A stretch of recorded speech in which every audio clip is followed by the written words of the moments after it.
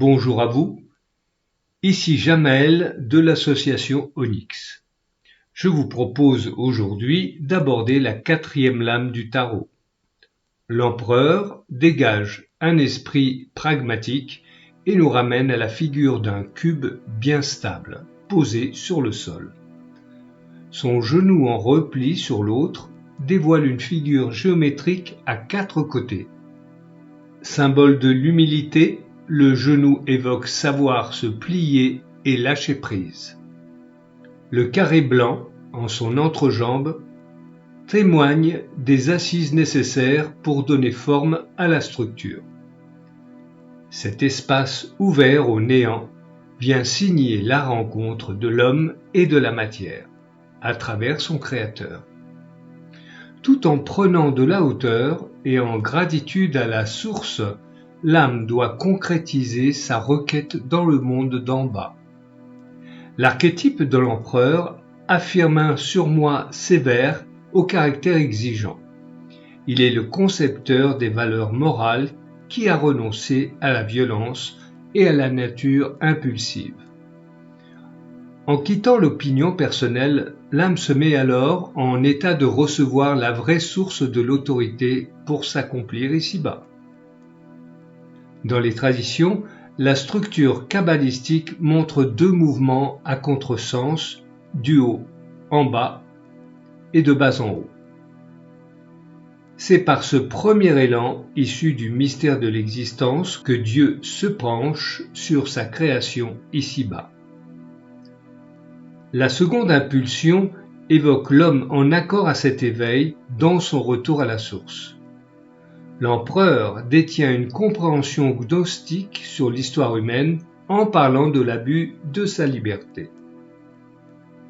Ce 4e arcane porte en secret les 4 lettres hébraïques du Créateur, Yod, He, Vav, He. L'empereur ici nous apprend à renoncer à l'ego. Dalet est lié au symbole de rectitude intérieure, qui engage moralement l'empereur à sa qualité masculine. Là, on s'organise, on juge, on décide et on tranche pour atteindre le but. Dalet est la porte par laquelle on pénètre dans le monde formel. L'organe-fonction de la lettre D de notre alphabet correspond en psychologie à la vésicule biliaire. Parfois, devant un choix à faire, notre responsabilité se voit freinée par des réponses sans retour qui perdent en clarté quant aux relations sociales ou intimes. L'indécision peut virer alors à l'obsession de façon systématique. Ces attitudes répétitives bloquent l'inconscient qui génère le dérèglement de la vésicule jusqu'à son ablation.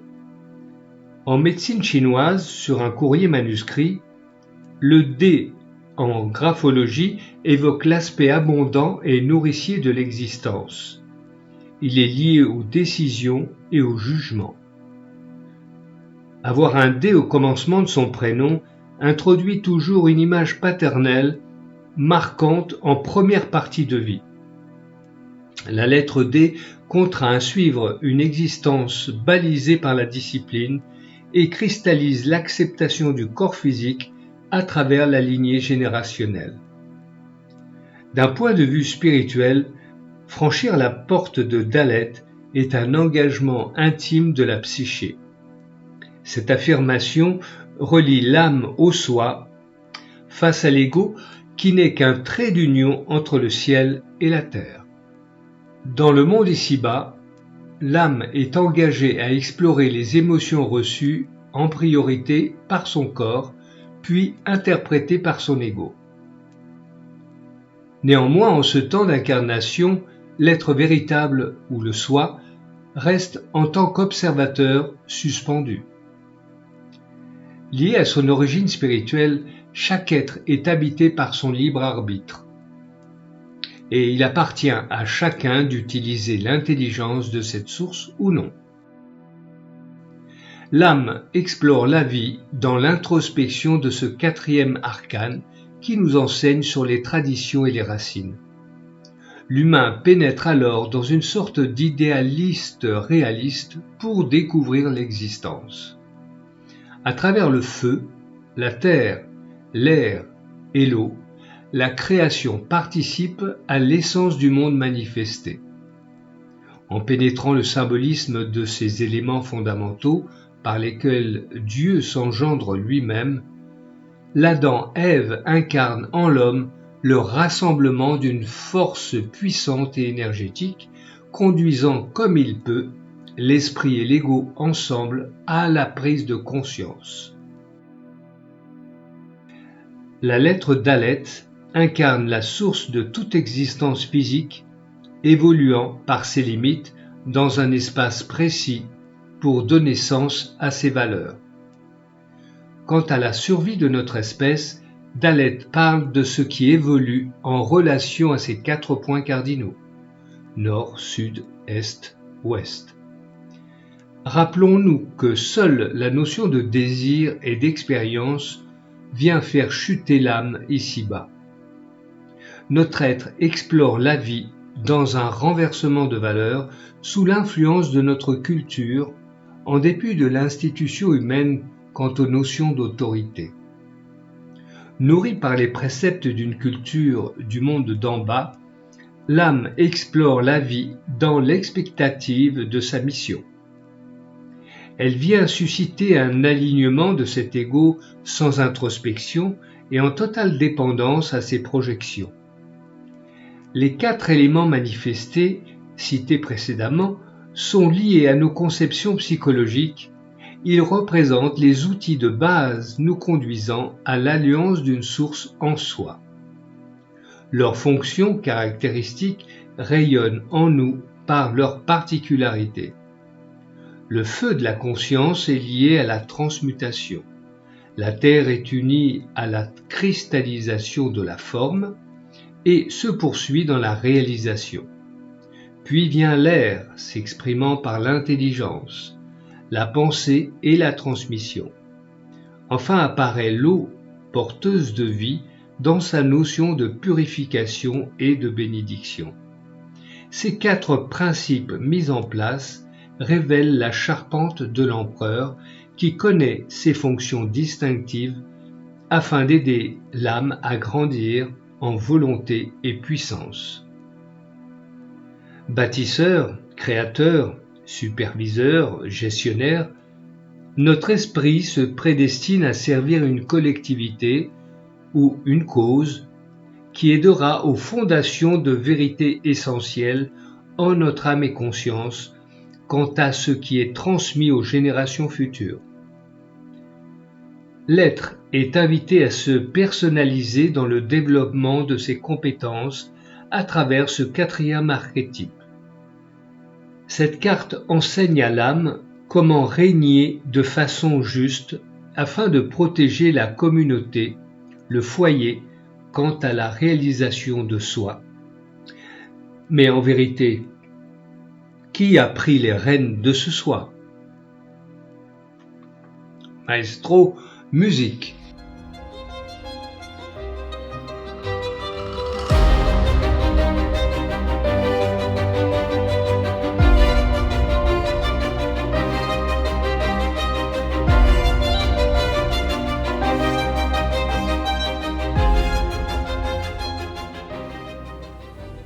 Ce retournement des valeurs de l'âme, encore inconsciente de sa chute, vient de quitter le vrai soi pour vivre ses rêves, par le désir d'être instruit en l'école de la terre.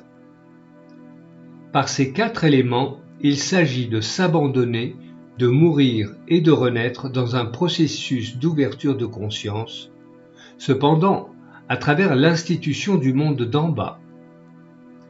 L'ego devra s'accorder ou non à son âme et à la culture humaine pour interpréter son cheminement ou vivre comme bon lui semble. Dans ce parcours entre ciel et terre, l'âme doit libérer, décider ce qui doit être ensemencé. Le modèle de l'empereur conceptualise les outils nécessaires qui serviront aux bases de l'édifice ou de la personnalité. Cette lame se sert de sa traversée en la dualité de la papesse qui a participé à l'affirmation de l'image d'un moi reliant constamment le conscient à l'inconscient. En passant par l'intelligence et les tâches sélectives de l'impératrice, l'empereur devient le premier symbole représentatif de la loi et des règles constituant les valeurs profondes sur lesquelles nos sociétés se bâtissent. Notre éducation passe par la culture de l'ordre et des principes évoqués chez l'empereur qui concrétisent le point d'ancrage de l'hérédité familiale. Notre existence est liée à la réalité matérielle pour donner forme à nos rêves. Le symbole que notre culture dédie à ces désirs est attaché à la maison, aux ancêtres et à la lignée générationnelle. Lorsque nous avons accès à la réussite, l'autorité de ce quatrième arcane s'appuie sur l'image élitiste que les autres nous renvoient. Observez ces vêtements à dominante rouge et bleu qui symbolisent force, confiance, loyauté, évoquant l'énergie spirituelle. Le casque surmonté d'une couronne semble défendre son esprit en protégeant ses pensées. Le couvre-nuque dissimule un point vulnérable. L'armure protectrice suggérée au niveau du plexus solaire montre qu'il n'est pas influencé par les émotions d'autrui. L'alliance des couleurs bleues et rouges sont les deux pôles masculin et féminin qui aident l'ego à se positionner devant les qualités de la souveraineté. Sa longue barbe suggérerait une philosophie qui éclaire sa sagesse. Un collier tressé autour du cou nous rappelle au respect des engagements et à la rigueur de la pensée. En vertu de ses limites, l'empereur connaît ses compétences. Il se réactualise en permanence pour assurer le devenir d'une cause reliée à la collectivité. Prévoyant, ce monarque est rationnel, présent, en son état de témoin. Pour lui, la destinée et l'évolution d'une institution reposent sur l'organisation et ses règles. Pour celui qui tire cet arcane, il doit faire face aux réalités sur le plan psychologique.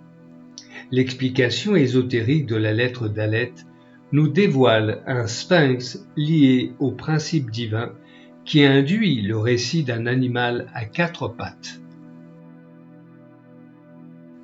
Il évoque les couches primaires du saurien, voire de l'humain voué à se transformer et s'élever vers les hauteurs. La lame de la lune incarne la vie en son instinct protecteur.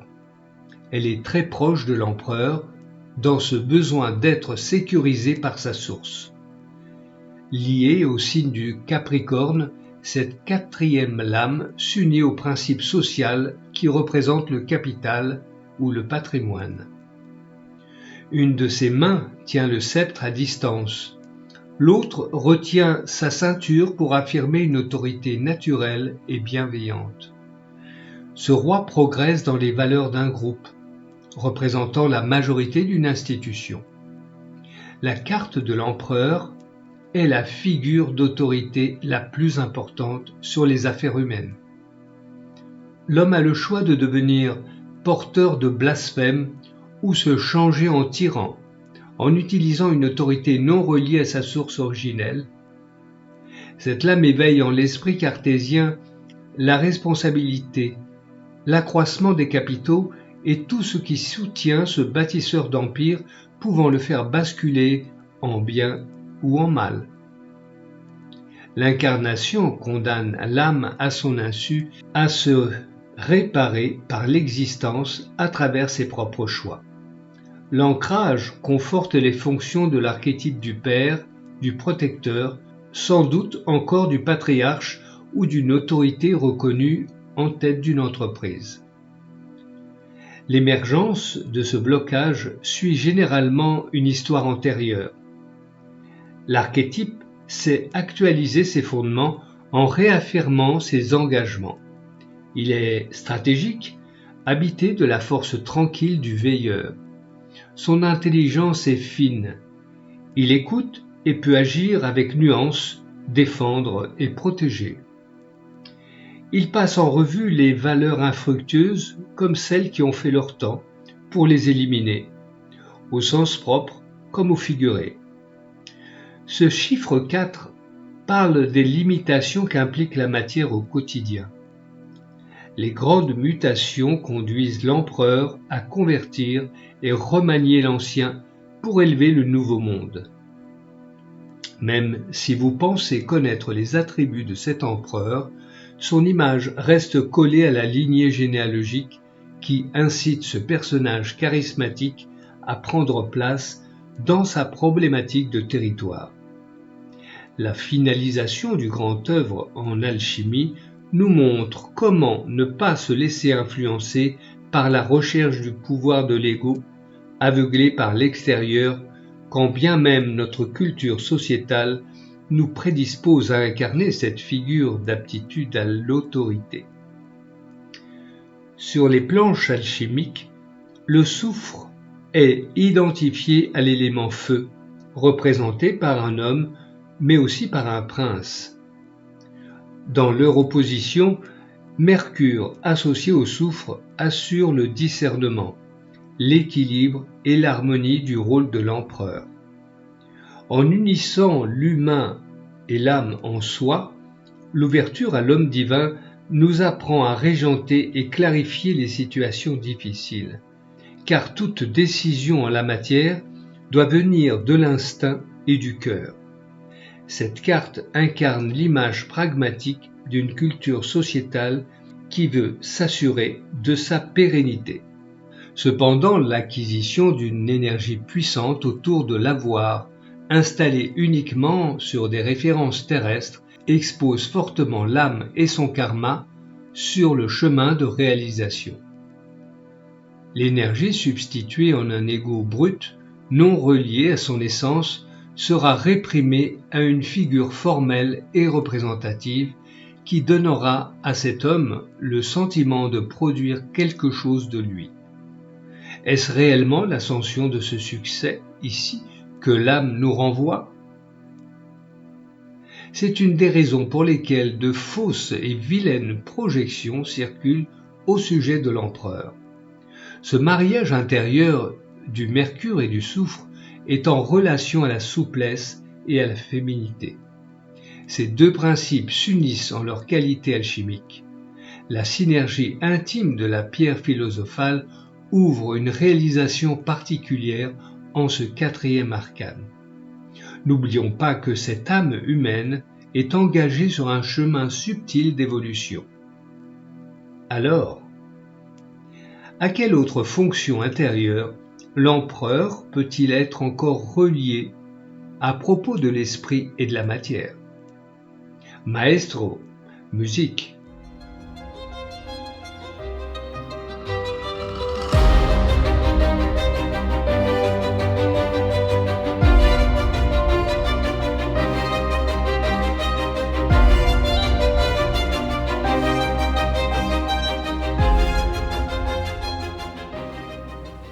Dans la Kabbale, la lettre Dalet nous rappelle au péché originel d'Adam et Ève, moissonnant le fruit de la connaissance afin, rappelons-le, à devenir comme des dieux.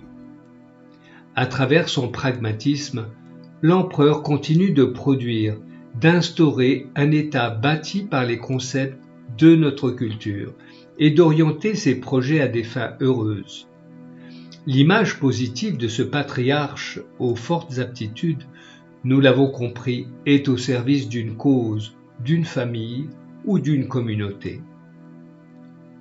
Ambitieux, en quête de réussite sociale et de confort, l'empereur en négatif est prêt à son insu à se ligoter lui-même aux lois de la matière.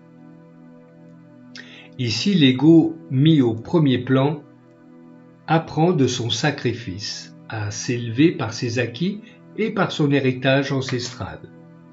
Mais le vrai rôle de l'empereur est d'être dans l'actualité au service de l'accompagnement d'autrui, en l'évolution d'une société reflétant son origine spirituelle. La vie nous apprend à mourir à nos attachements comme à nos aptitudes. Sa présentation de profil, tournée à notre gauche, évoque le passé et le monde profane.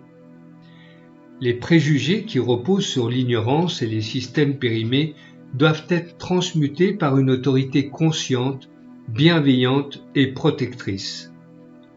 La notion de réussite et d'échec existe depuis fort longtemps dans l'inconscient de notre civilisation. La carte de l'empereur conseille la patience et demande à revoir toute situation avec recul afin de ne pas agir de manière dissimulée ou manipulatrice. Les projections et les identifications de l'ego poussent l'individu égocentrique vers l'arrogance et l'orgueil. Ces jeux de transfert nous relient aux stratégies de contrôle de l'ego qui, ramenant tout à lui, incarnera l'archétype dans la démesure. Notre institution humaine encourage intellectuellement ces thèmes basés sur l'exploitation qui s'appuient sur la production et le profit. Ces arguments, si pragmatiques soient-ils, ne peuvent servir d'excuse à l'inconscience face aux transgressions de l'ordre et des lois spirituelles, qui ne peuvent être destituées de la vérité. Cette force créative qui réside en nous n'est pas exclusivement personnelle. Elle est une œuvre du soi qui vient assurer la transmission au-delà de l'humain.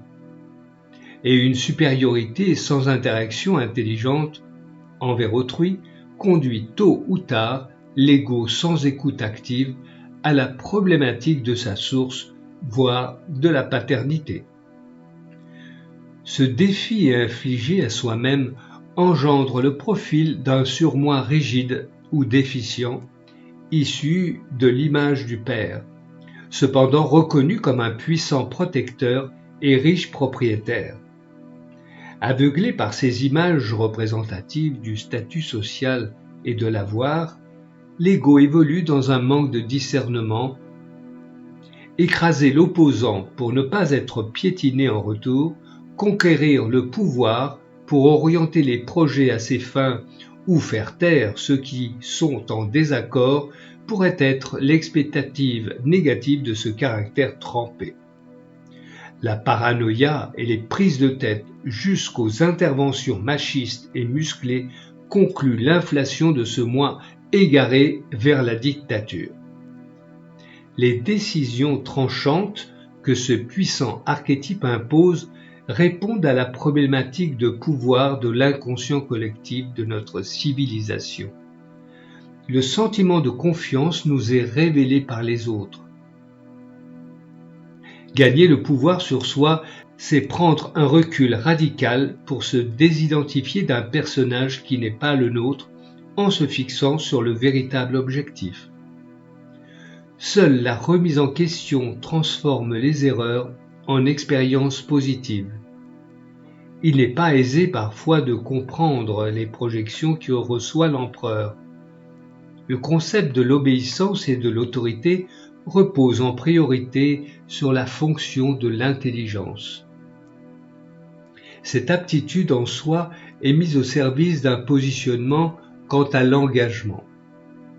Et toi, à qui as-tu remis ton pouvoir? Maestro, musique.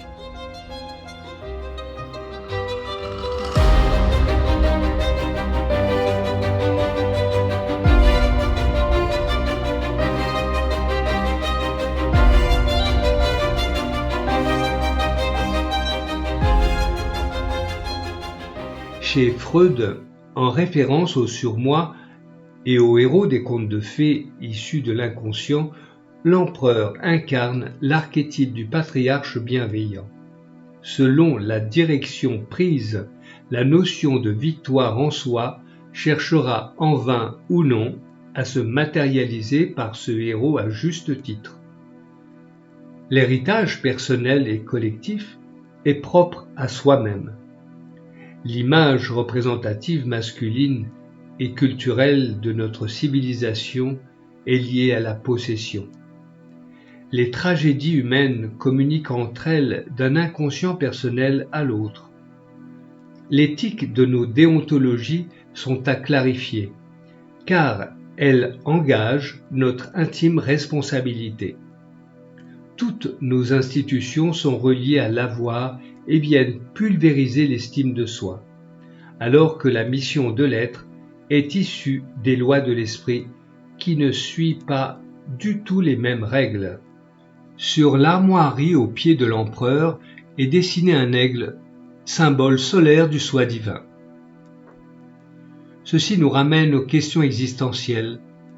Parfois la lumière se sert de l'ombre pour déclencher le vrai pouvoir en soi. Et le voile se lève sur les influences du conditionnement. L'âme veut s'affranchir et sortir de la peur, de la limitation et de l'infraction à l'éthique et l'aptitude de cette dite autorité. En ce monde duquel je dépends, il est bien difficile de s'élever spirituellement. Alors, es-tu prêt à renoncer à un ego soumis à la culture de cet avoir? À abandonner orgueil et ambition pour faire l'expérience de la vraie connaissance? N'ayant plus rien à apprendre sur l'autorité et l'archétype masculin, l'âme met en alerte l'ego à l'oreille attentive afin de se révolter et retirer son épingle du jeu. Le graphisme du grand œuvre alchimique symbolise ces éléments qui inaugurent l'élévation d'une intelligence stratégique, d'un esprit utilisant le monde de la pensée. Les métamorphoses progressives de l'esprit faisant suite à son épuration nous relient à la volonté de se dégager de la matière, laquelle incite à l'enfermement, surtout si l'ego, centré sur ses intérêts, a pris les rênes de la destinée. Issu d'un mythe créé au fond de nous, l'archétype de cet empereur dictatorial, encensé par nos traditions, fait encore partie de notre institution humaine. Cependant, à grande échelle, ce modèle est une figure d'autorité qui peut œuvrer mondialement et diriger la politique comme l'économie. La réponse à livrer en tant qu'homme ou femme faisant suite à l'image de l'autorité, quelle expérience ici me suis-je infligé pour me tromper sur le modèle paternel ou de l'autorité? Parfois jusqu'à daigner à porter le nom de ce propre père, parfait ou non. Ceci justifierait le motif de ma relation inachevée avec lui. Quelle serait donc pour toi l'image parfaite du père? Les ombres de la rébellion ou de la corruption peuvent se manifester par le rejet de l'autorité issue de la généalogie. En réaction à un abandon dès la naissance, souvent un homme ou une femme est blessé.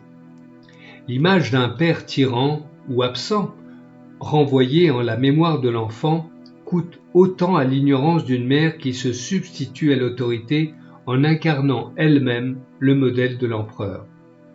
Pour la filiation, le choix de l'oubli cache les dommages collatéraux en plongeant la tête sous le sable quant à faire face à quelque pesante imputation. Constaté dans le thème astrologique d'un sujet dès sa naissance, les relations parentales viennent en partie révéler les archétypes déjà brisés en soi, ce qui ne justifie pas l'éventuelle décharge pour les parents. Si le rêve intime est d'épurer sa vie et de créer un foyer, il sera essentiel de libérer ces schémas répétitifs. En psychanalyse, ces troubles obsessionnels poussés à leur paroxysme touchent les sujets qui n'admettent aucune remise en cause. En clair, l'affirmation subtile de l'empereur engage assurément un autre sens de l'incarnation quant à ses fins. Quel Seigneur vas-tu servir? Le Dieu du ciel ou celui de la terre? Il nous faut ici replacer le concept de l'autorité et de l'avoir afin que la matière soit à notre service et non le contraire. La reconnaissance des cycles de la vie à travers les lois de l'univers participe à l'enseignement de l'empereur. Par la souveraineté spirituelle, cet archétype sert et assure la prospérité de l'humanité. Autrement dit, en faveur d'une déontologie commune favorisant l'évolution de tout individu. Là où il y a la puissance, il y a le souffle sacré de la magie, comme de tous les possibles, naissant de la volonté et du feu alchimique. Seul un grain de foi émergeant du subconscient peut déplacer les montagnes du pouvoir sans être détourné du devoir de l'âme quant à sa source divine. Plusieurs chiffres 4 dans une date de naissance peuvent faire vivre la sensation d'un réel enfermement. La subtilité de l'empereur de profil, tourné vers l'impératrice, invite la femme en son rôle à l'épuration des concepts qu'elle doit servir à la polarité masculine. Sa tâche étant de filtrer, d'accepter ou de refuser ce qui entre dans un espace privilégié, quand bien même en son propre foyer. De part et d'autre, leur fondement participe à l'échange esprit-matière et passe par la reconnaissance d'un vaisseau nommé le corps. Ils expriment en commun l'expérience d'une perfection en devenir. Face à l'ère du Verseau, nos cultures en mutation prédestinent l'empereur à découvrir de nouvelles fonctions en l'intelligence humaine qui viendront modifier l'inconscient collectif de notre civilisation. En respect au modèle féminin-masculin, quant à leur différence, le germe de ces deux archétypes reflètera un état d'esprit plus à l'écoute. Ce condensé d'informations m'a pris du temps, alors n'hésitez pas à réécouter ces conclusions. Mais l'empereur évoque tant d'autres choses encore. N'oubliez pas de cocher sur le bon pouce et merci de m'avoir écouté. À très vite.